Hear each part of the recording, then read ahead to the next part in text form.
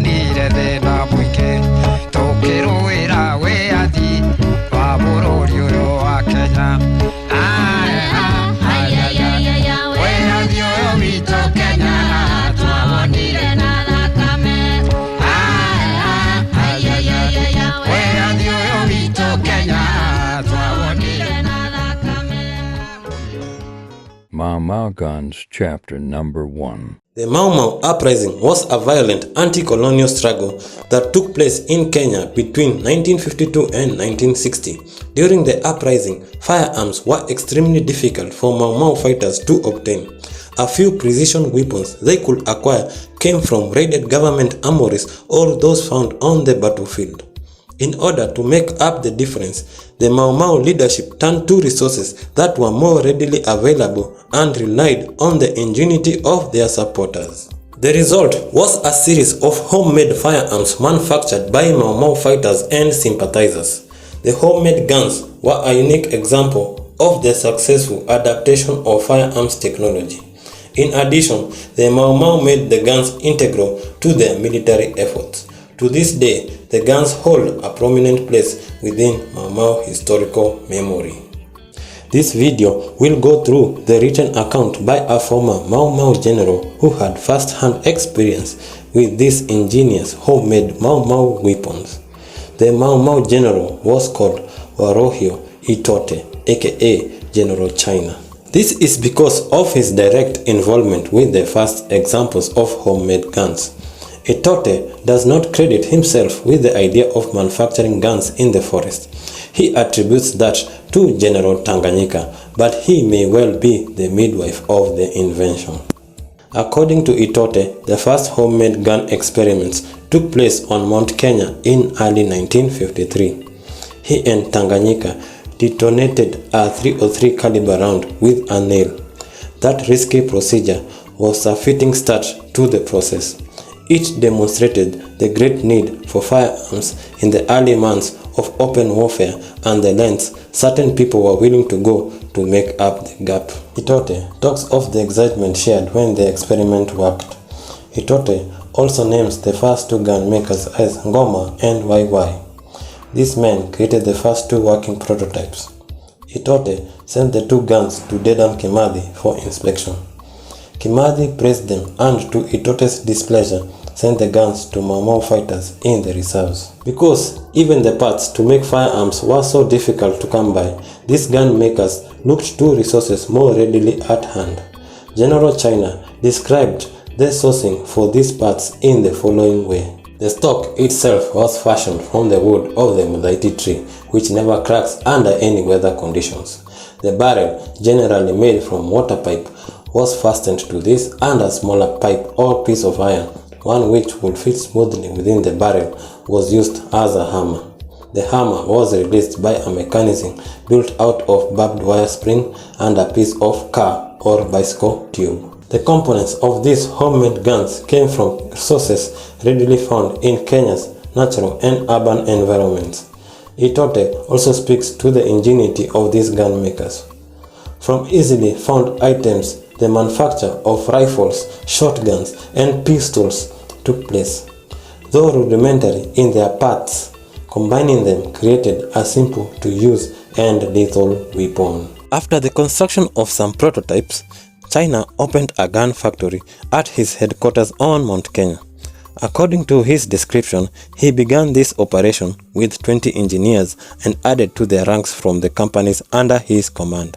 An individual named Roku served as the foreman, and production of these guns became rapid and somewhat standardized. Once his Mount Kenya factory was up and running, Itote reports rapid advances with the manufacturing process and in the quality of the final product. According to Itote, 20 experts began work with me, and each company sent another 20 for training. Roku, a young man from Moranga, was in charge of the operation, and no weapon could leave the factory until he signed a release order. His assistants included Mukungi from North Teto, Kamirigiti from Nanyuki, Kamwana from Madeira, and our original inventors YY and Goma Kagio. As more and more people learned how to make guns, It was no longer possible to pinpoint any invention or innovation as being the work of one particular person. At the same time, and perhaps more than anything else, the proliferation of this skill and its improvement demonstrated that our men were equal in intelligence to anyone. Had we had the opportunities, many of us would have gone far in such fields as engineering. Over time, China increased the number of engineers and innovations took place. The most common innovation was an improved trigger mechanism. The Imperial War Museum has two examples of such an improvement. Instead of the slingshot method of igniting a round, these examples involve triggers and springs that release the firing pin into the cartridge. In lesser numbers, China's factory developed magazine-fed rifles. The Imperial War Museum has a few examples of magazine-fed rifles, but describes the magazine of at least one as a dummy. This particular weapon, though constructed by Simon Peter Masharia, aka General Dr. Russia, may not have been under the direction of General China. The magazine area is lacking a spring to elevate the next round into the firing chamber. It is possible that the weapon once contained a spring that is now missing. This weapon also shows another level of sophistication. It contains a working bolt action with a firing pin. While most weapons viewed at the Imperial War Museum rely on a nail secured by a spring or rubber strap to strike a round, this one conceals the striker in a bolt. This creates a safer firing mechanism than other examples and demonstrates a sophisticated level of engineering. Of note is the homemade pistol housed at the Imperial War Museum. General China considered pistols too unsafe to the shooter. On his orders, gun makers manufactured very few pistols. The pistol held at the Imperial War Museum is an apparent exception. It is a hybrid of homemade and pre-manufactured parts. It features a rifled barrel from a .22 caliber pistol.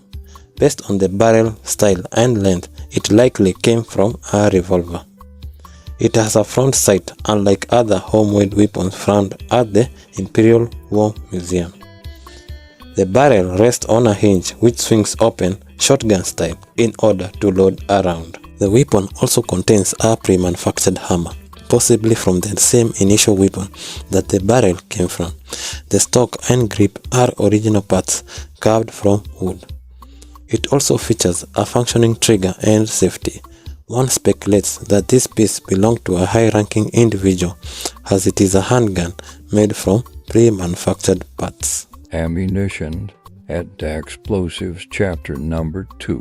While the Mau Mau saw great success in constructing their own firearms, an obstacle that was more difficult to overcome was the acquisition of ammunition. The design of their homemade guns called for a modern cartridge, just as the European manufactured firearms did.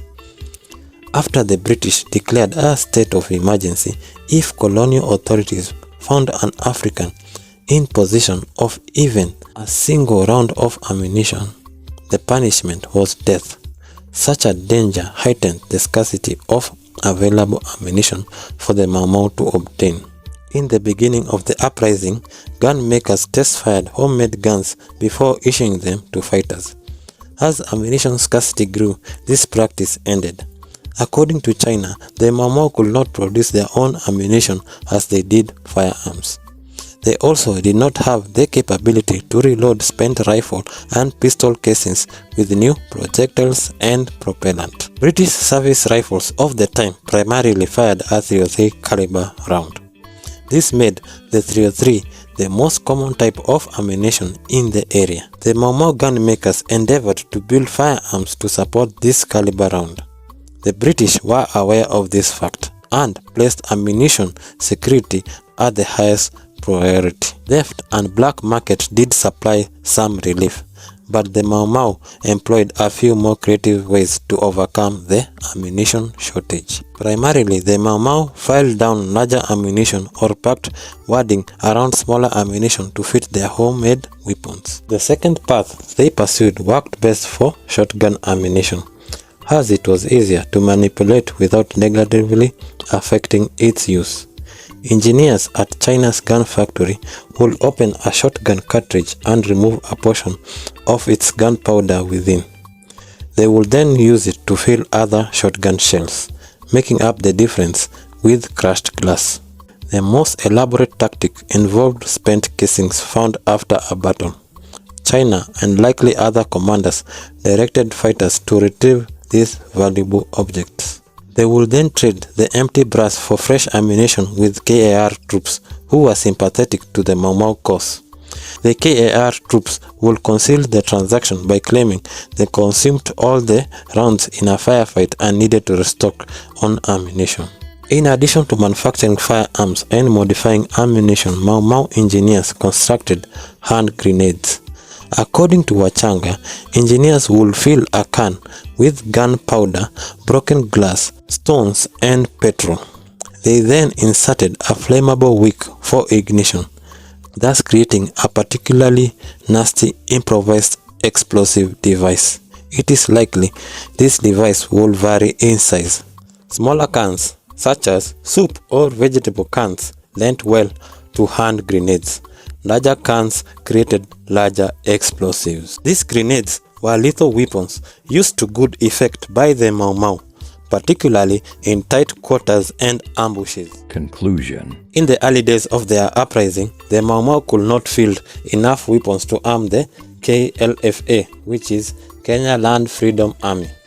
Theft and left behind firearms could not fill the gap. Strict firearms laws enacted and enforced by the British colonial government exacerbated the firearms gap. Unlike other liberation movements of the time, Mau Mau did not earn support from an outside group. Instead of their military aspirations dying on the vine, they engineered a way to build their own firearms. Designed by intelligent and creative individuals, Mau Mau gun makers built these weapons out of Kenya itself. Trees from its forests, pipes from its infrastructure, and springs from its urban centers. In the hands of a Mau Mau forest fighter as the primary type of firearm in the movement, it became a deadly item of pride and status. Their lethality gained the respect of Mau Mau's adversary. This short clip shows how a Mau Mau homemade gun was operated.